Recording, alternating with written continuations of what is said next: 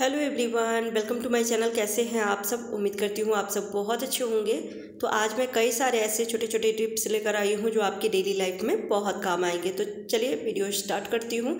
आज का पहला टिप्स है, जब हम मार्केट से सब्जी लेकर आते हैं तो कई बार ऐसे ही रख देते हैं गांठ लगा के और फ्रिज में रख देते हैं।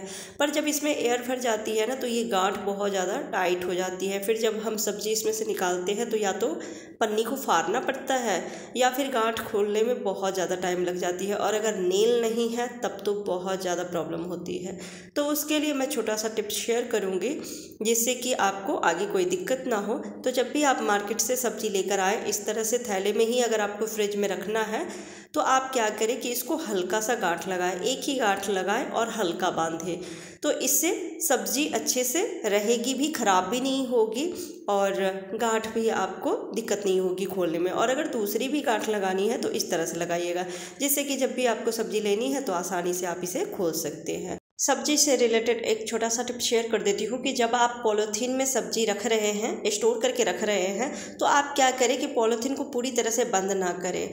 पहले तो आप क्या करें कि पॉलीथीन में छोटा छोटा होल कर दें और उसके बाद जब गांठ आप लगाते हैं तो उस गांठ को भी हल्का सा लगाएं जिससे कि इसके अंदर एयर जा सके। क्योंकि अभी गर्मी का सीज़न है, सब्जी भी मार्केट से जो लेकर आते हैं तो उसमें पानी का छिड़काव किया हुआ रहता है। तो इस तरह से अगर हम बंद करके रखेंगे तो ये धीरे धीरे ख़राब होने लगेगी। अगला टिप्स है फ़ोन से रिलेटेड। किचन में भी हम फ़ोन यूज़ करते हैं, कई बार रेसिपी देखकर और हम बनाते हैं यूट्यूब से। पर फ़ोन को अगर हम ऐसे रखते हैं ना तो कई बार स्लिप करके गिर जाती है, जिसके कारण इसका ग्लास गार्ड या फिर जो हम कवर लगा के रखते हैं ना वो भी ख़राब हो जाती है, टूट जाती है।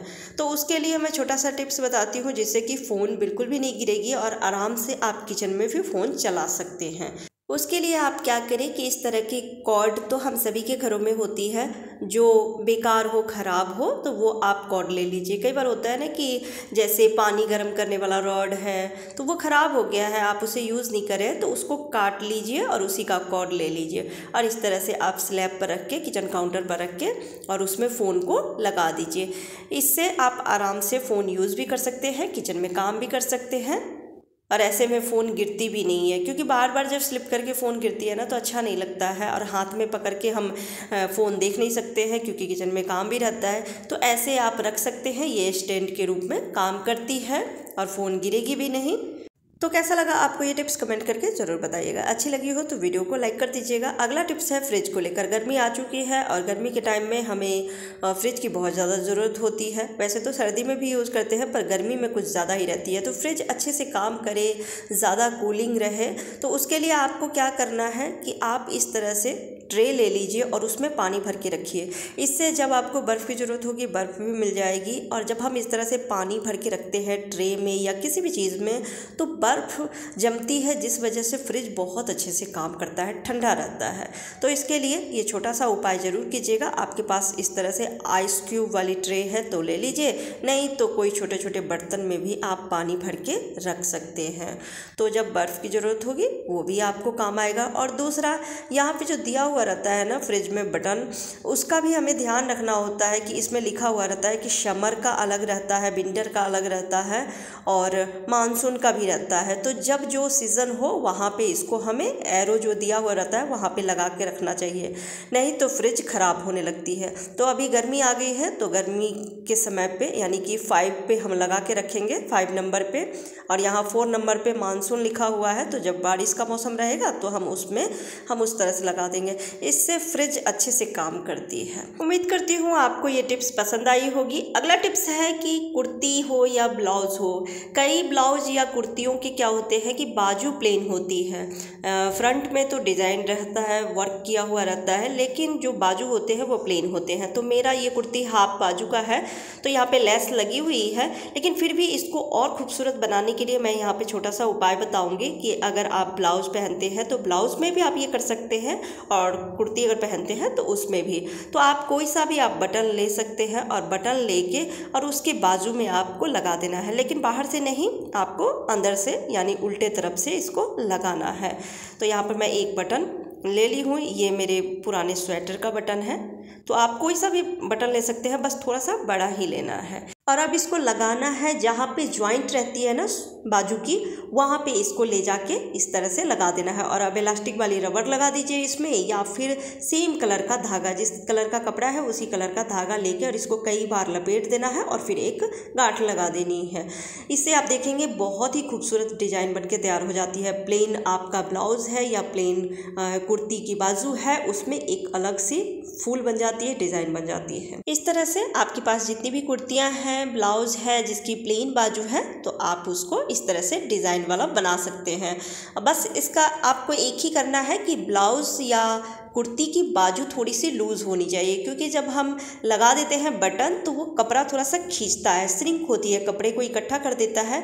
तो अगर बाजू फिट होगी तो फिर आप नहीं पहन पाएंगे, यानी इस तरह से डिज़ाइन भी नहीं बना पाएंगे। तो हल्का सा बाजू में एक्स्ट्रा कपड़ा होना चाहिए जिससे कि आप ये डिज़ाइन बना सके। अगला टिप्स है आटा को लेकर। आटा, कई लोगों की प्रॉब्लम होती है कि रोटी सॉफ्ट उनकी नहीं बनती है, चाहे आटा जितने भी अच्छे से क्यों ना गूंदा हो। तो उसके लिए मैं छोटा सा यहाँ टिप्स शेयर करूँगी कि जब आप आटा गूंदे तो ऊपर से हल्का सा तेल या घी ज़रूर आटा में लगा के और 10 मिनट के लिए रेस्ट के लिए छोड़ दें। उससे रोटियाँ बहुत ही सॉफ्ट, मुलायम और फूली फूली बनती है। तो आप क्या करें कि जब भी आप तेल या घी का डब्बा खरीद कर लेकर आते हैं या इस तरह की पाउच खरीद कर लेकर आते हैं, तो उसमें बहुत सारा एक्स्ट्रा ऑयल या घी रह जाती है। तो उसको सीधे फेंकने के बजाय, या कई बार होता है कि हम टेढ़ा करके रख देते हैं पर उसमें बहुत ज़्यादा समय लगता है। तो आप क्या करें, अगर आप ऐसे पैकेट लेकर आए हैं तो उसका मुंह कट कर दीजिए और फिर सारा आटा को उसके अंदर रख दीजिए और हल्का सा प्रेस करेंगे तो जितना भी एक्स्ट्रा इसमें तेल या घी होगा वो सब आटे में लग जाएगी। और अब इस आटे को 10 मिनट के लिए रेस्ट के लिए छोड़ दीजिए और फिर आप अच्छे से इसको मसल के एक बार और फिर इसकी रोटी बनाइए। आप देखेंगे इतना सॉफ्ट और मुलायम फूली फूली रोटी बनेगी ना, जो आप ठंडा होने के बाद भी खाएंगे तो भी एकदम रुई जैसी सॉफ्ट रहेगी। तो इस तरह से रोटियां बहुत ही अच्छे से बनती है, बहुत ही सॉफ्ट और मुलायम बनती है। और इससे आपका तेल या घी जो भी पैकेट वाली आप लेकर आते हैं वो बर्बाद भी नहीं होती है, क्योंकि हम कितना भी टेढ़ा करके रख दें वो तेल लगी रह ही जाती है पैकेट के अंदर। तो आप आटा उसमें रख देते हैं तो वो अच्छे से साफ़ हो जाती है, तो वेस्ट भी नहीं हुआ।